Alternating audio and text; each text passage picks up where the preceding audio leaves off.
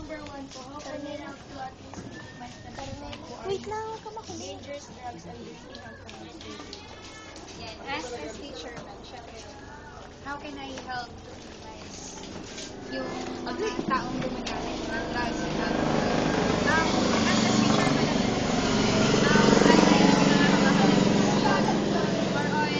tawag kasi doon is katipunan ng kasalanan, creating. So, paano na, under that group or organization, paano nga ba? We're conducting kasi projects like ang pinakahawakan is yung sports development. So last year and for the two consecutive years na nakapo ako, meron kaming di ba may barangay league tayo na tinatawag. Nagkakaroon kasi kami ng indoor tournament. Dart, chess tournament, ano pa ba yun? Nagkaroon kami ng indoor tournament, tapos by this coming summer, kasi for the last 2 years, wala kasi tayong gym. Under construction yung central, di ba? Tapos wala tayong outdoor gym kasi ginawang Baclaran High School yung dating plaza natin. So ngayon, pinagawa kasi yung gym natin ni Congress. So by this summer, meron tayong basketball and volleyball league. Inter-area. Then, yun din, sa tulong ng SK Federation, yung SK Federation is grupo siya. Ng lahat ng SK sa buong Paranaque. Meron din kaming ginaganap na inter-barangay basketball tournament. And ngayon, meron kaming rap and dance tournament, inter-barangay. So, through that, sa mga projects na yun, syempre, di ba, naniniwala kasi kami na yung mga youth, marami silang talent eh. Diba? Dun sa talent na yun, alam natin kapag may gusto tayo, dun natin napofocus yung sarili natin. Diba? Katulad, sino dito yung sumasayaw? Yan, diba? Once na gusto mong sumayaw, tas merong mga projects na sa tingin mo kanya libre or yung project na yun is makakatulong mismo sa'yo, sa grupo mo, para mas may gumaling kayo, para makapag-interact kayo sa iba. So, yun yung primary na ginagawa namin as SK. As ako, SK chairman, nakikipagtulungan din ako sa barangay captain natin. Nagkakanta kami ng iba't ibang pang project. Meron din mga, yun nga, yung leadership training, mga ganun. Ngayon, may plano kami. Kasi marami kasing kabataan ngayon, kahit na merong mga ganong project, alam nilang bawal yung drugs, saka yung pag-inom, yet nag-engage pa rin sila. Kumbaga, ang point ko din, ginagawa pa rin nila kahit alam nilang mali. So, ang plano namin ngayon, meron kaming i-organize na workshop and seminar about sa paggamit nga ng drugs and kung ano yung magiging cost. As yun, meron kaming entrepreneurship. Yun, sa tulong naman yun ng organization ko sa school. Kasi sa Olivares College ako, third year accountancy. Yung organization namin, meron kaming yung plan na magturo ng entrepreneurial mga workshops, katulad ng candle making. So, bababa dito yung organization namin, mag-marketing program kami. And ang gusto kasi ng org namin is mag-gather kami ng youth. And hindi lang siya basta-basta isang araw na project. Ang plan kasi nung head namin, nung head sa organization namin, is weekly. Parang magiging TESDA. Alam niyo yung TESDA, di ba? Yun pa, isa rin yun. Yung TESDA kasi nagtuturo sila ng mga courses, short courses, di ba? Like barista, di ba? Nagtuturo sila ng mga ganun. Kumbaga, marami kasi rin primary and yung mga unang mga kabataan na nai-engage sa drugs and alcohol is yung mga hindi nag-aaral. Di ba? Kasi wala silang magawa sa buhay nila.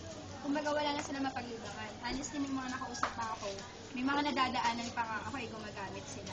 Ang sinasabi lang nila, yun na daw yung libangan nila. Yun na daw yung nagiging nakasanayan nila. Kasi wala silang ginagawa, wala silang pinagkakaabalahan. Kaya yun, meron kaming test na, in-open na test na good for mga youth and out of school youth. Na yun, para meron meron silang focus. Hindi lang yung, kasi sabi nga natin, even though may project, minsan kasi isang araw lang siya, di ba? Or 2 days, sabihin natin. Tapos yung liga, sabihin natin 1 month lang. After that, wala na.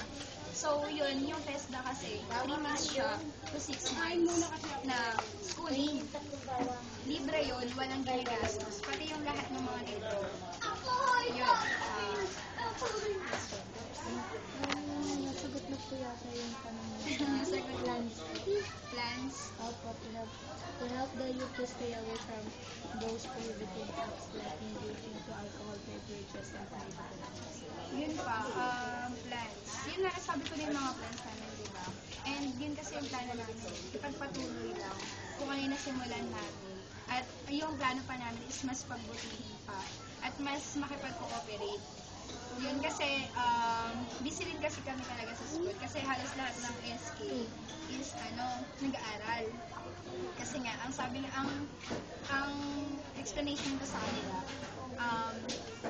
wag niyong sayangin yung panahon na kaya nating mag-aral or yung opportunity na binigay sa atin para makapag-aral. Kasi sabi nga, di ba, yung uneducated person would know what to do in the future kapag nakapag-tapos na sila.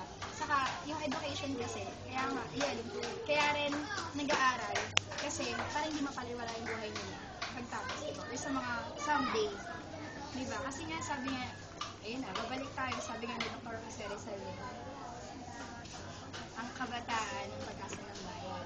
Pero, hindi lang yun basta quotation eh. Kasi nagiging na lang, common, yung word, yung quotation ni Rizal na ang kabataan ng pag-asa ng bayan. Kasi sabi nga nila maraming kabataan na ngayon napapaliwala ng mga sa mga kabataan ngayon nagsisimula kung bakit nagkakaroon ng kaguluhan sa bawat barangay. Pero yun nga, yet doon pa rin tayo dapat maniwala. Kasi once na pinanghawakan mo yun, tatanim sa isip ko kung ano yung nangyari noon.